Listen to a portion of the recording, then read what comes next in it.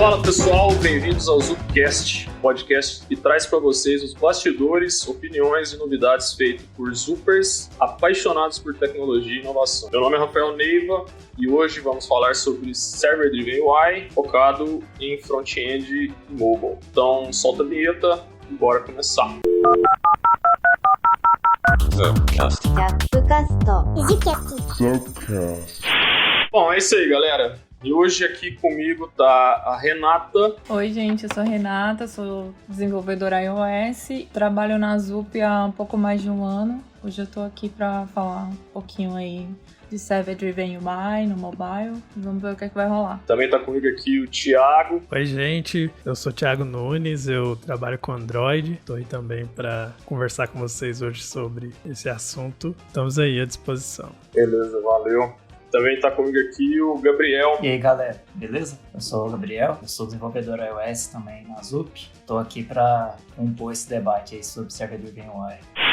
Bom, bora começar então. Para quem acompanhou os últimos Zupcast aí sobre o assunto, o nosso host era o Uzias e ele não pôde participar da gravação hoje, então eu vim aqui fazer essa vez aí para ele. Esse é o último episódio da série que a gente vai comentar sobre Server Driven UI. A gente tem uma boa novidade aí para falar para todo mundo em relação a isso, que é um dos produtos da Zup, um dos mais hypados aí pela gente, né? Todo mundo aqui faz parte do time lá. Mas antes disso, um breve resumo do que aconteceu aí nos últimos podcasts. O assunto foi focado no tema de Server Driven UI.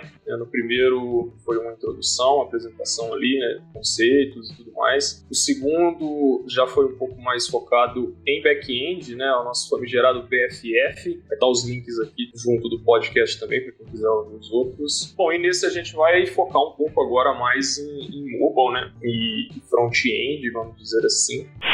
Sobre esse assunto, Server Driven UI, qual que é a experiência de vocês aí em relação a isso? Começando pelo Marson aí, você já teve alguma experiência em desenvolver um aplicativo pensando em server driven, pensando em drivar o front-end, assim, baseado em alguma lógica do back? Então, né, a minha experiência, né, enquanto desenvolvedor iOS, né, para essas telas server driven foi bem básica, assim.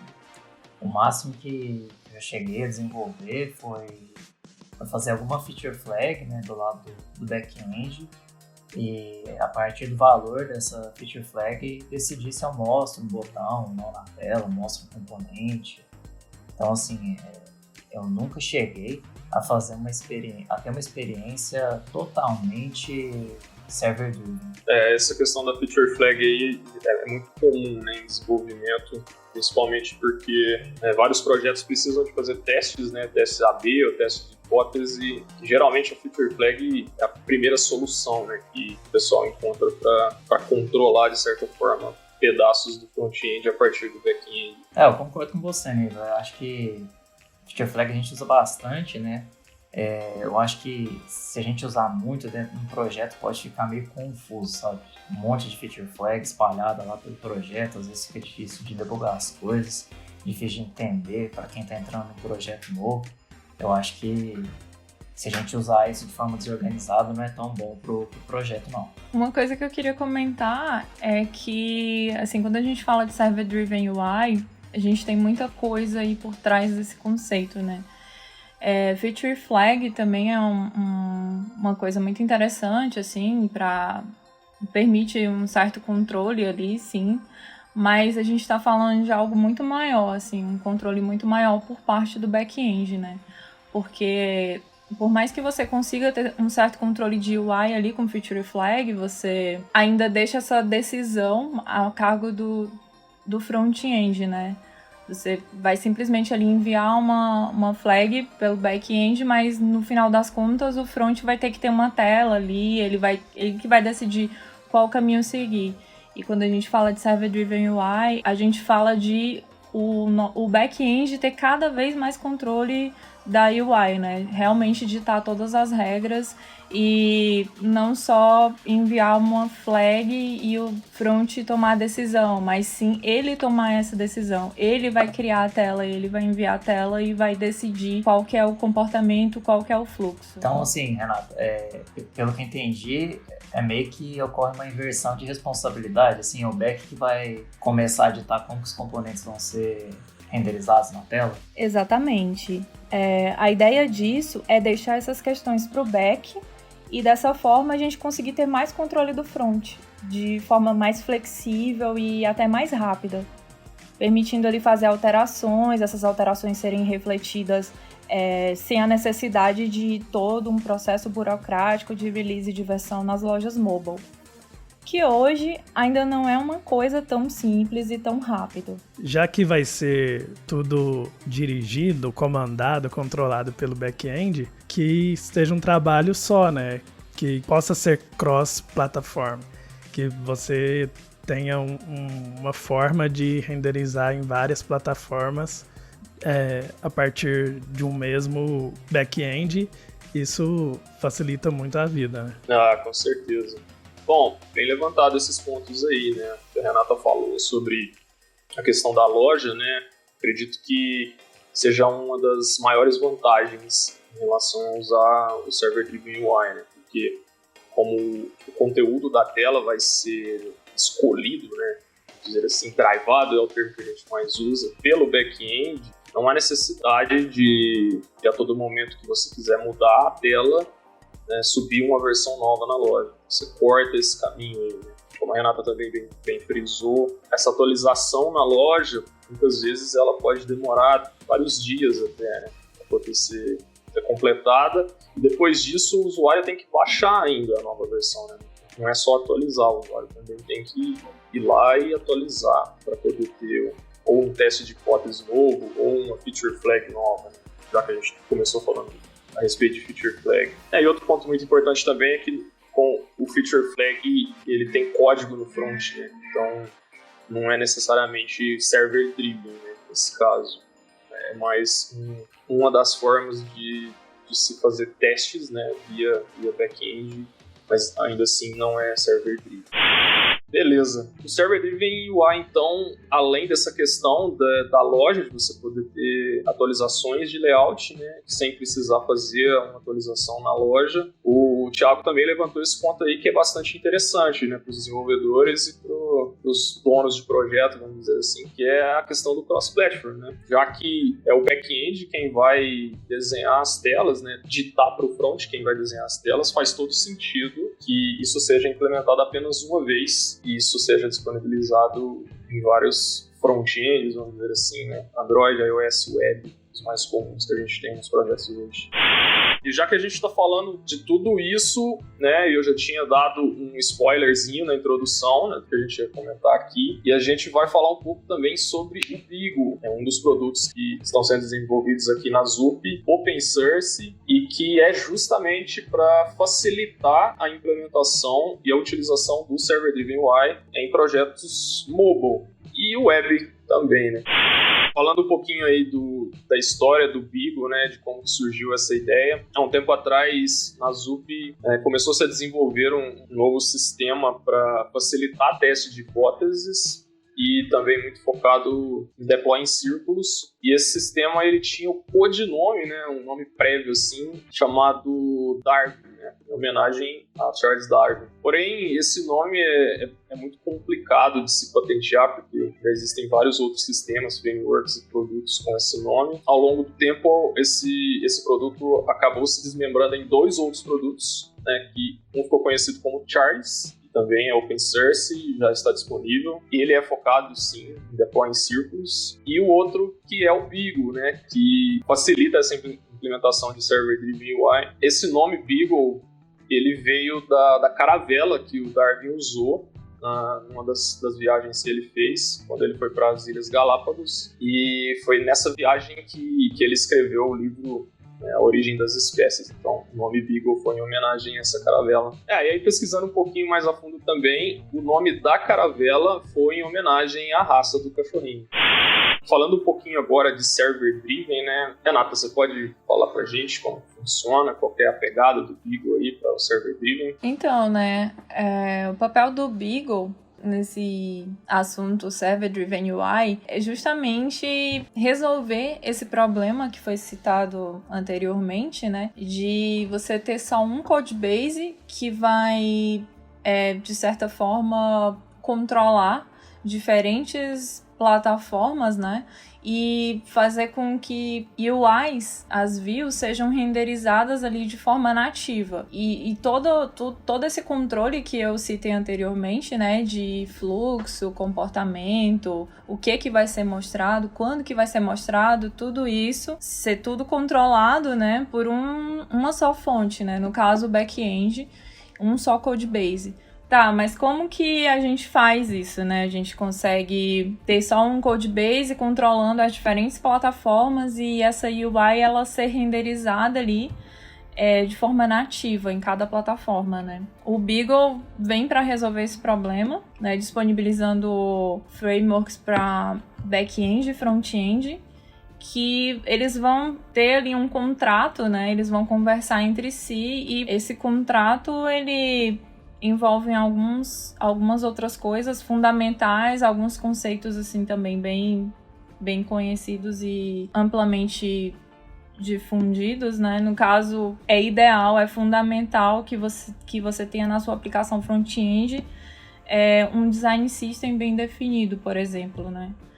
Acho que esse assunto já foi abordado anteriormente em outros podcasts aqui, mas é basicamente você ter ali seu set de estilos, componentes, toda a parte de estilização de UI, toda a identidade visual da sua aplicação, você ter construído ali no seu front-end de forma nativa. Todo esse set, né, de estilos, de componentes, etc., estarem registrados no Beagle Backend, no caso, para que o back-end assuma o controle dessas ferramentas, né? Dessas pecinhas, desse conjunto de estilos aí que você disponibilizou para o back-end. Então, eu acho legal isso que você falou, Renato, que também é uma forma de centralizar o design system no back, né? Então, um dos grandes problemas que eu já tinha passado na minha carreira aqui é que às vezes a gente definia alguns componentes e no iOS ficava um pouco diferente do web, que ficava um pouco diferente do Android. Então, esse problema a gente já conseguiria mitigar, né, com essa abordagem de Server Driven UI. Outra coisa que eu acho boa também é no caso de teste AB, né? Eu acho que fica muito mais fácil fazer teste AB e a gente consegue fazer teste AB com mais qualidade, né? A gente pode configurar como que a tela vai ser exibida para certos tipos de grupos de usuários. Então, quero testar se esse botão aqui, se eu mudar a cor dele para azul, se vai ter uma aceitação melhor, se o usuário vai clicar mais nele, se não vai, o que vai acontecer. Eu acho que fica mais fácil de fazer essas coisas com o teste AB. A gente não precisa deployar uma nova versão do aplicativo na loja para aplicar os testes que a gente deseja aplicar. Isso é legal. Bom, pegando o que a Renata falou, então, acho que a gente pode fazer uma analogia aqui de como funciona essa implementação server-driven, comparando com um Lego, né? No front-end, as peças do Lego vão ser implementadas de maneira nativa, e no back-end, né, ou no BFF, melhor dizendo, né, back-end for front-end, seria implementado a maneira como essas peças se encaixariam, formando a tela. É isso, Renato? Exatamente isso. Pegando um gancho aí no que o Masson falou, né, realmente um dos principais ganhos é essa flexibilidade toda, né, que isso traz, testar hipóteses, etc. E também uma coisa que ele falou muito importante, que é a questão da padronização, né? E também que está atrelada a uma coisa muito importante, que é a questão do reuso de código. Uma coisa que você vai construir ali, um componente, sei lá, um campo de texto customizado, né? Que você constrói ali na sua aplicação nativa, ele vai ser o mesmo em todos os locais da aplicação que precisarem de um componente daquele, né? O back-end só vai pegar aquele componente e ficar reusando sempre. As plataformas construindo esses componentes ali alinhadas, né? Isso traz uma padronização dessa parte de UI e da experiência do usuário também, né? É bem importante isso. Sim, e talvez fique assim uma dúvida, né? Eu sou front, então o back vai controlar tudo, lascou tudo, eu perdi meu emprego, né? Não tem mais nada que fazer. E é justamente o contrário, né? Então, se o back-end tem um contrato com o front, então ele vai dar algumas informações pro front que ele precisa para ele funcionar. E a partir dessas informações, tudo que vai ser desenvolvido é o front-end que vai fazer. Então, você que é front-end e pretende usar o Beagle, você vai ter uma função essencial aí, continuar tendo uma função essencial nas aplicações. Eu concordo também, Thiago. Eu acho que foi um bom ponto a ser levantado. Eu acho que o que vai acontecer mais vai ser o back vai se aproximar um pouquinho do front, né? E o front vai poder se aproximar mais do back, né? Então, não necessariamente a gente vai continuar tendo essa separação, sabe? Eu acho que o cara que é de front, ele continua atuando mais no front, né? Mas nada impede que ele também atue lá no BFF também. Interessante isso. Bom, eu queria até puxar um pouco desse assunto, aprofundar mais, porque essa implementação, né, Server Driven UI, e agora pensando mais focado no Beagle também, é uma mudança de paradigma de desenvolvimento dentro do projeto, porque não mais você vai ter o time de iOS, o time de Android, o time de web, o time de back, cada um fazendo o seu ali. Todo mundo agora vai trabalhar nesse design system, só que focado em cada plataforma, onde ele tem especialidade. Mas não necessariamente é o pessoal de back-end quem vai desenvolver o front do BFF. Isso é um trabalho conjunto entre todos. É mais ou menos por aí? Eu concordo sim, porque precisa ter um trabalho conjunto para que o BFF dê as ordens e o front obedeça, né? Então não pode ser uma coisa distante. Concordo com o Marson aí, tem que aproximar os dois mundos. Bom, e aí pensando já, né, nesse desenvolvimento conjunto, entre aspas, né, pensando assim, uma outra grande vantagem é a questão do cross-platform, né? Porque uma vez o design system desenvolvido em cada plataforma, as telas, né, a montagem das telas e o fluxo de navegação das telas fica somente no BFF. Quer dizer que o desenvolvedor só precisa fazer uma única vez, e aí em todos os canais aquele fluxo e aquelas telas já vão estar prontas. Então, as telas são feitas através do BFF, então você vai ter, no caso do Beagle, um JSON único. Então, em cada front, tanto web, iOS, Android, que você quiser desenvolver para esse projeto, você vai se basear nesse JSON. Então, esse JSON tem características que serão úteis para você criar a versão de cada frente. E o Beagle tem uma vontade, assim, de sempre criar um app a cara mais parecida com o original, nativo, de cada frente. Então, vai ter um app com componentes parecidos, mas que não necessariamente são iguais 100%. E que tem uma cara nativa para cada frente. Então, indo mais para esse lado aí de cross-platform, um dos papos uma das perguntas que eu sempre ouvi muito, né, é tipo assim, por que eu tenho que usar o Beagle, sendo que eu posso usar Flutter e posso usar React Native, sabe? É uma pergunta que eu ouvia bastante. Vocês sabem responder? Boa pergunta. Porque no caso, essas plataformas não tem a questão do server driven, né? Seria mais ou menos isso. Eu acho que assim, eu acho que são propostas diferentes, né? É exatamente o que você falou, Thiago. O Beagle é uma solução server-driven, né? Ele ataca justamente esse problema. Um dos problemas, né, que ele ataca é o de deploy rápido na loja, né? A gente não tem isso com o Flutter e com o React Native. Muito embora todas essas plataformas que a gente citou aqui sejam cross-platform, né? Mas são propostas de desenvolvimento diferentes. Isso não é ser cross-platform por ser cross-platform, mas tem algo a mais, né? Tem foco em ter a solução server-driven também. Exatamente. Esse trabalho que o Beagle faz, né? Que é transformar uma coisa só, uma resposta única, em diferentes UIs para as plataformas e permitindo que elas renderizem seus componentes de forma nativa, né?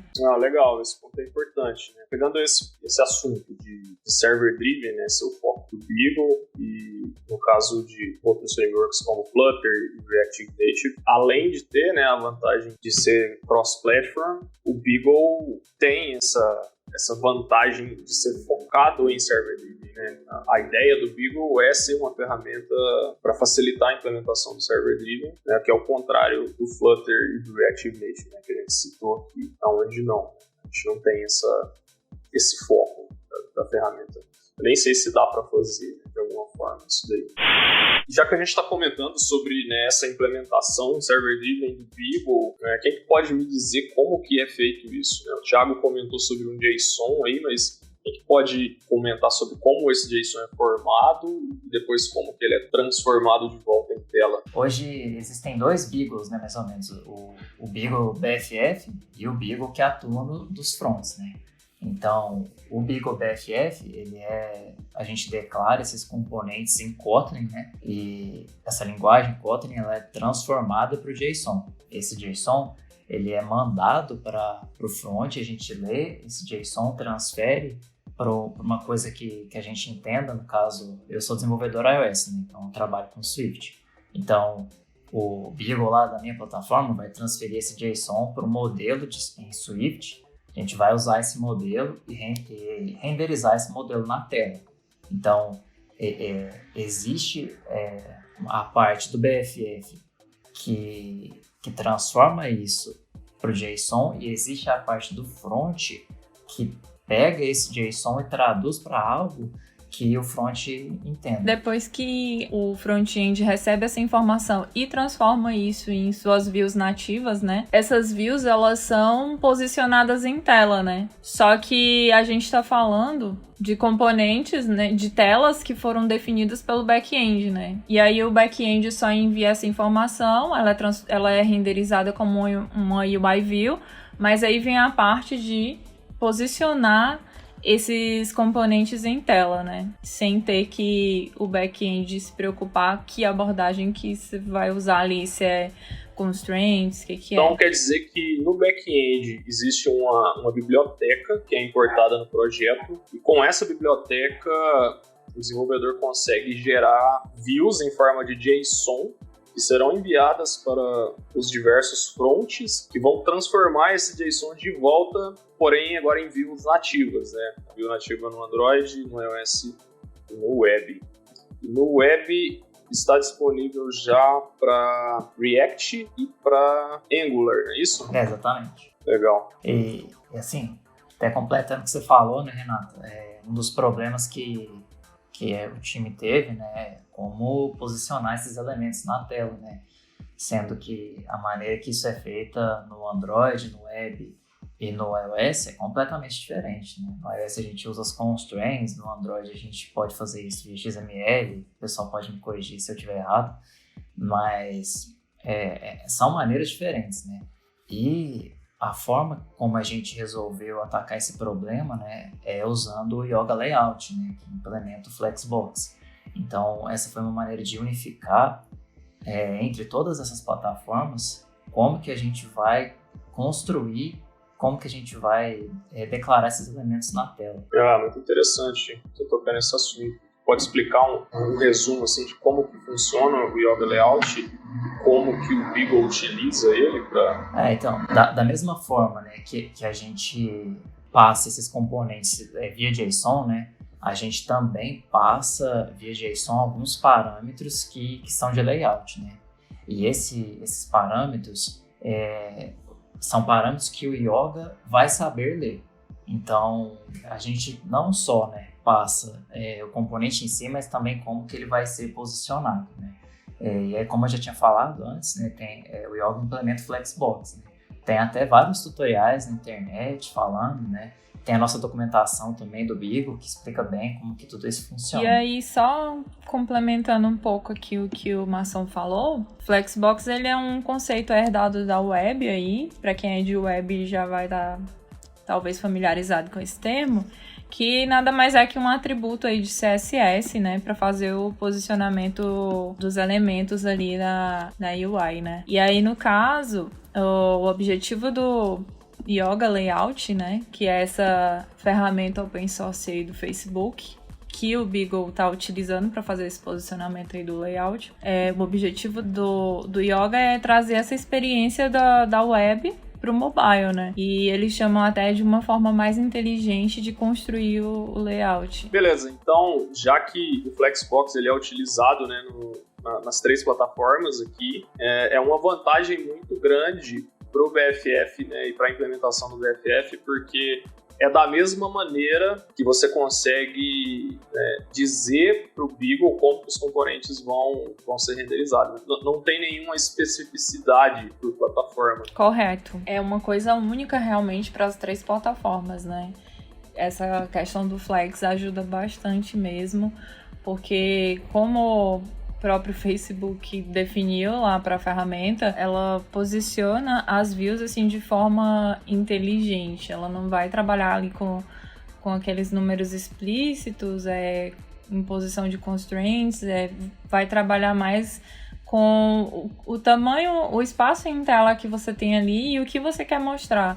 Então vai ter um motor de cálculo ali que vai trabalhar com as proporções mesmo de tela. E tudo isso assim de forma performática, né? Eles fizeram todo um trabalho quanto à performance da ferramenta, né, para fazer realmente a disposição das views em tela, e até na escolha da linguagem mesmo, que até onde eu sei, foi tudo desenvolvido em C e em C++, e eles têm também alguns mecanismos lá, trabalhando mesmo a nível de thread para que isso fique mais performático de fato, né?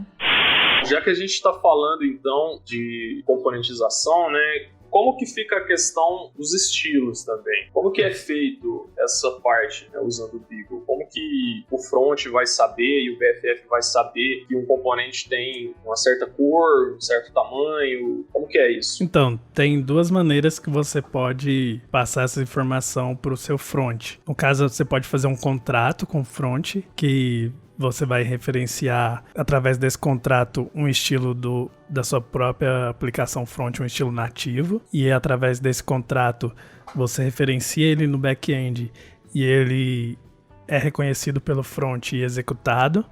Ou também, através dos próprios atributos do seu componente, você pode passar essas informações e tê-las no front para modificar o seu componente. Ah, legal. Quer dizer que é tudo combinado, né? Pré-combinado entre front e BFF. Você pode usar os estilos nativos de cada plataforma e simplesmente referenciar eles no BFF. Exatamente.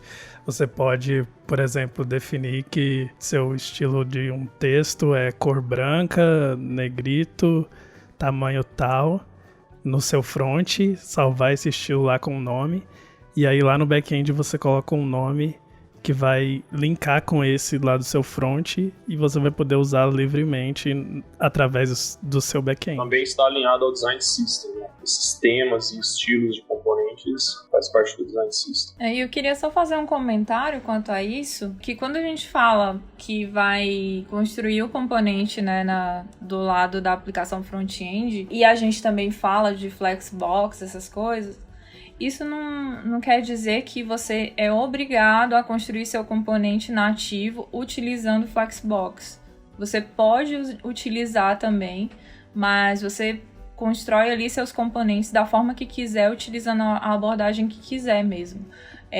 Do lado do back-end é que é feito o uso mesmo do Flexbox para que todas as plataformas entendam como que vai ser feito o posicionamento das views. E já que estamos tocando nesse assunto do BFF, né, e de como fazer essa implementação lá no BFF, vocês podem falar um pouquinho de como que é essa implementação, qual a estrutura de linguagem que é utilizada ali no BFF? Então, no BFF, as views são construídas de forma declarativa. Então, qual a diferença assim, seria de uma view declarativa de uma view imperativa, né? Uma view de uma linguagem mais procedural? A view declarativa, ela não se preocupa tanto em como fazer, ela se preocupa em o que fazer. Então, lá no seu BFF, você vai falar o que fazer. E como fazer não é problema seu lá no BFF. Vai ser problema do seu front lá que vai fazer esse comando funcionar. Então é mais ou menos assim. A gente constrói como uma pecinha de Legos mesmo. A gente vai construir uma estrutura declarativa. Eu quero isso embaixo disso. Eu quero esse texto aqui, eu quero essa imagem.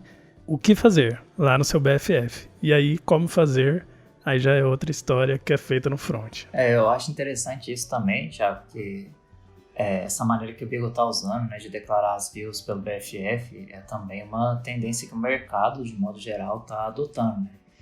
Se a gente olhar especificamente para iOS, né, antes a gente tinha o UIKit, né, que era uma linguagem mais procedural, né, mais imperativa, e agora a gente tem o SwiftUI, né, que a gente implementa as views exatamente da maneira que você falou, né? A gente fala o que a gente quer na tela e não como isso deve ser feito. Legal. Então, essa questão das views declarativas, né, que é a escolha do Beagle para a implementação no BFF, é bastante interessante. E qual é a relação do Beagle com outras ferramentas de views declarativas mais conhecidas, assim, né, como o próprio Flutter, que a gente comentou mais cedo, o SwiftUI, né, utilizado no iOS. E mais recente agora, o Google lançou o Jetpack Compose. Qual a diferença entre essas ferramentas e o Beagle, e também por que usar o Beagle? A gente procurou desenvolver o Beagle de uma forma, pelo menos fazendo paralelo aí com o Flutter, né? De uma forma mais parecida com o Flexbox, né? O Flutter, ele parece um pouco, a maneira como a gente faz o layout lá dos elementos, parece um pouco com o Flexbox.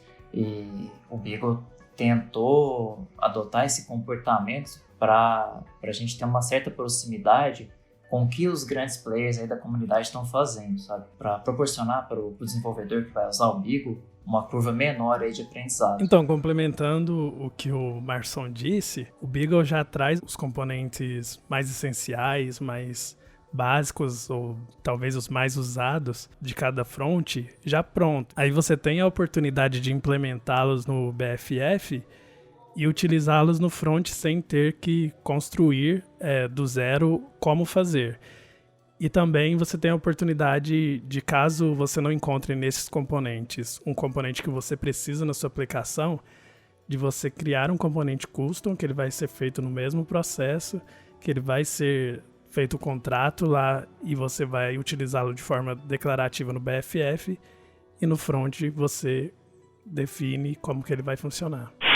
O Beagle no BFF vai, de maneira declarativa, ele vai dizer para o front-end como as telas vão ser desenhadas e como elas vão se comportar. E depois, para eu subir esse aplicativo na loja, como que o Beagle trata essa questão da release? Porque no momento em que a aplicação ela não executou ainda, eu não tenho certeza de que tela que vai aparecer ali. Como que é feito isso? Como que o Beagle garante que essa aplicação não vai ser barrada na loja? Bom, a respeito disso, a gente tomar muito cuidado, né, com isso, porque é um problema, né?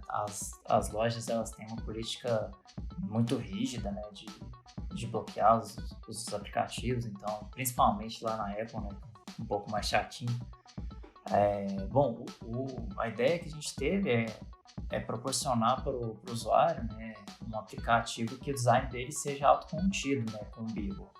Ou seja, muito embora as telas mudem, né, os componentes que vão acabar mudando essa tela, eles já estão sendo declarados e já estão indo para a loja. Então, por mais que a gente consiga mudar a tela, a gente só vai conseguir mudar dentro dos componentes que a gente declarou ali no front.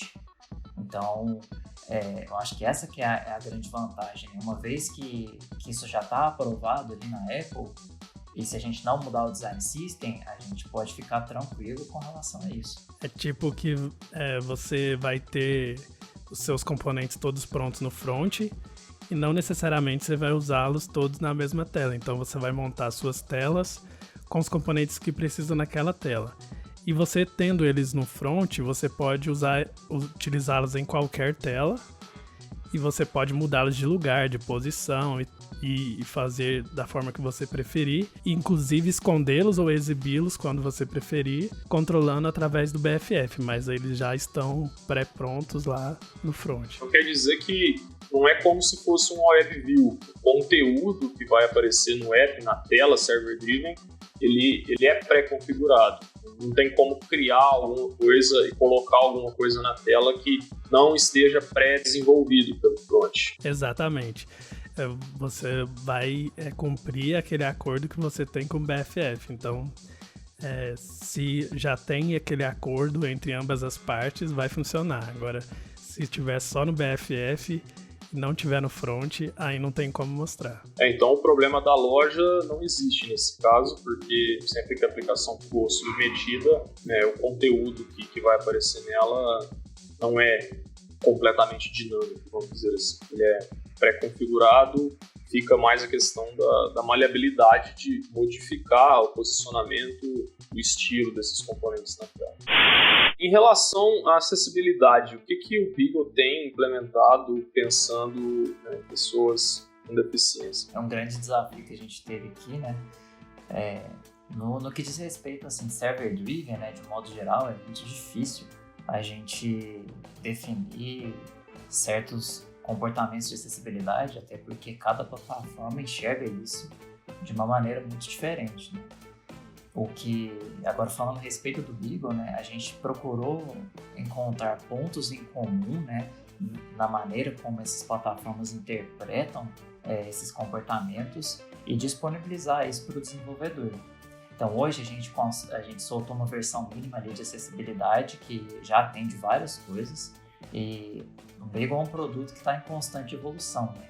Então a gente pretende ainda soltar muitas coisas e deixar essa plataforma de acessibilidade muito mais completa. Quer dizer que já tem uma equipe pensando nisso e trabalhando para disponibilizar o maior número de features, né, acessíveis para quem for futuramente utilizar o Beagle. Sim, a acessibilidade é muito importante para a gente.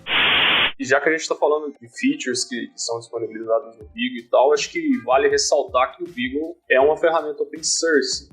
Ele foi pensado e desenvolvido pela ZUP internamente, porém o código já está aberto no repositório. Quem quiser saber mais, basta acessar usebeagle.io, e lá vai ter todas as informações necessárias para quem quiser saber mais, quem quiser contribuir também. Exatamente, lá você pode ter acesso também à documentação completa. É claro que, como a gente disse, o Beagle está em constante evolução.